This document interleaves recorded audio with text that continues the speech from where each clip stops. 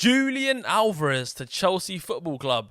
Where the fuck has that come from? Yes, you heard me correctly. That is a legit rumour. Over the past 24 hours, it's been made very, very clear that Chelsea intend to make a proposal for the Argentinian wonder kid, right?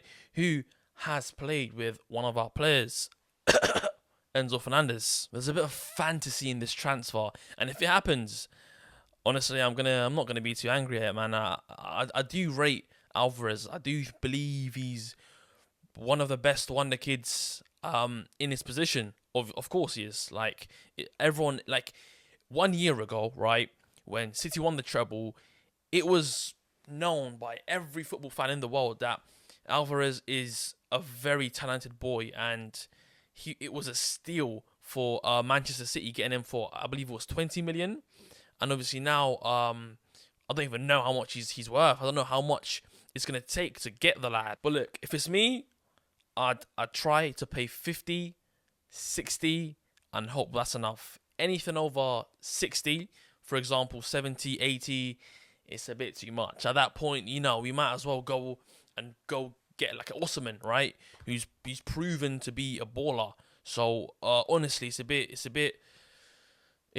a lot to think about in this transfer here, right? It's not an easy move. It's not simple, right? And obviously, consider this. If we do get Alvarez for 60, 70, 80, numbers of that level, are we going to be able to get in Elise, who's also been heavily rumoured and pretty much guaranteed to come to Chelsea, in my opinion? Now, look, there's a lot to talk about here. But first, let's take it step by step and go through his statistics for this season. Now, due to Haaland's injury, Alvarez has played a lot of games. And even when Haaland has been starting, Alvarez, we've seen him play in the 10, I believe, alongside De Bruyne. Obviously, not even that. De Bruyne wasn't here, so he played a lot of games, honestly, for City this season. In fact, in the Premier League, he's had 31 starts. And look, for the Premier League winning City, man, you know what I mean? It's a great, achievement to do that, right? And surely you must think, he's doing this over top players, right? Name it. Kovacic, Matthias Nunes. There's a lot of, expensive players, talented players that are proven, right, in the Premier League that Alvarez has played over, right? He's rated more highly. And of course he is, obviously, he's a wonder kid, right? You have to play him games. But to this level, it's a bit mad. There's a lot of pressure, right? And he's handled it very well. In fact, 20 goals and assists only in the Premier League in 31. So 31 appearances or starts and 20 goals and assists. Now, to break down the goals and assists, he's had 11 goals and 9 assists. Yeah, that's right. Now, there's two things you can say about that, right? On one hand, Jackson's had more goals than him, so is it really a good signing? But on the other hand, Alvarez has the same assists as our top playmaker this season, Cole Palmer, 9. So, you know what I mean? It kind of evens out. Obviously, Alvarez has played in the 10. Like I said before, he's not been a 9 for a big part of the season. So it's a questionable one. It's not an easy decision. But with the names that we're linked to, Sesko, not even on Osman anymore, right? The only one is Sesko. I would say if I had to pick one, Alvarez is probably who I choose, right? Now, Arteta rates Sesko. Enzo Maresca rates Sesko. Who else was it that rates Sesko? I think it was Manchester United, Ten Hag, whatever. But look, let's keep it simple. If it was me and my decision, honestly, I'd probably just get Osman, man. He's been linked to us for about 2 years. You know what I mean? We might as well just already get him in the club. But obviously, it's not happening. The links have really, really expired now. Apparently, he doesn't fit the style, and I can somewhat understand that, even though Sesko is a similar player, in my opinion, to Osman, right? No, not great link-up play, but good finisher. They're in the same sort of category, so, you know what I mean? It doesn't really make sense on that part, but whatever, cool, he doesn't fit the system. Other than that, he wants a lot of money that we're not trying to give right now, and obviously it costs about 120 million, 100 million, whatever. So I can understand not going for him. I'd still try to make it happen, right, to the best of my ability, because we're proven to get arguably a world class striker. I mean, he really was that literally the season before this. So what can you say about that, really? And look, another reason that getting Alvarez really doesn't make sense for us is that his partner, right, his international partner, his boyhood club partner, Enzo Fernandez. Like, these guys are proper mates, man. They spent a lot of time together, club, country, right? And they both parted ways from the club about 2 years ago now, 3 years ago. And obviously they've both made the name for themselves, honestly, man. Enzo Fernandez, £100 million midfielder. Alvarez, not quite £100 million signing yet, but you know what I mean? Chelsea might make that happen at this point. Hopefully not.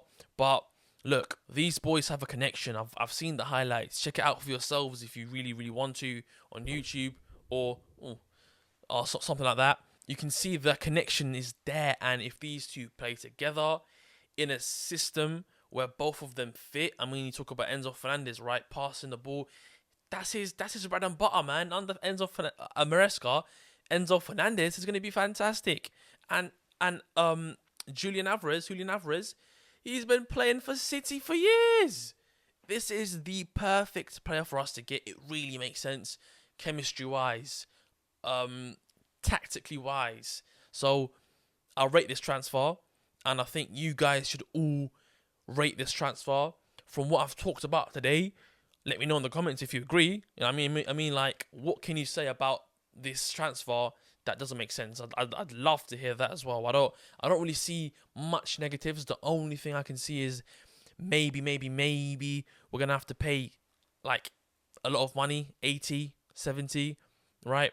But I genuinely think we can get 60. But there have been reports, like literally an hour before I'm recording this or something like that Manchester City are looking for big money for Julian Alvarez. So that's not very good. And not only that, but apparently for Manchester City to allow Alvarez to leave the club, he has to come face to face with the board or something like that and tell them that he wants to leave. So it's looking tricky, right? But compared to Osimhen and Sesko, mate, this should be a breeze, right?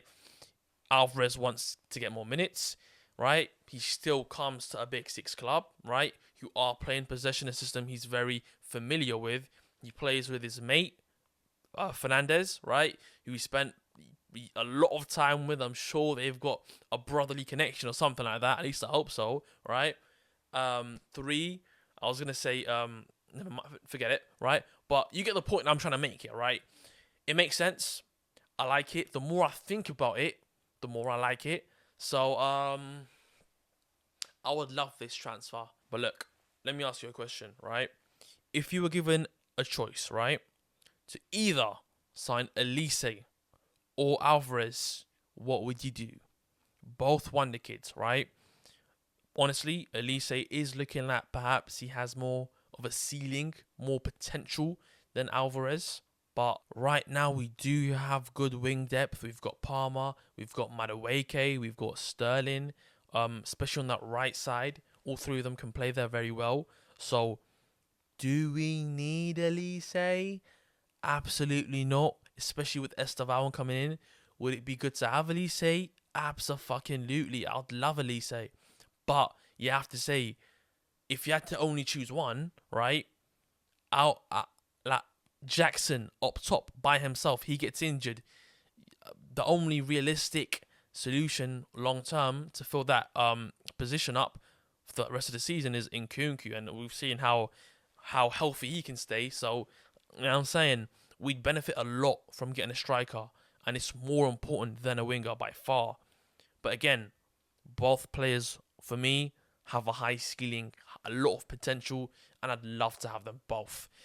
Todd Bowley, make it happen. I want to see them both in my club in about a week, right? Let's not drag this out for a month during the Euros, right?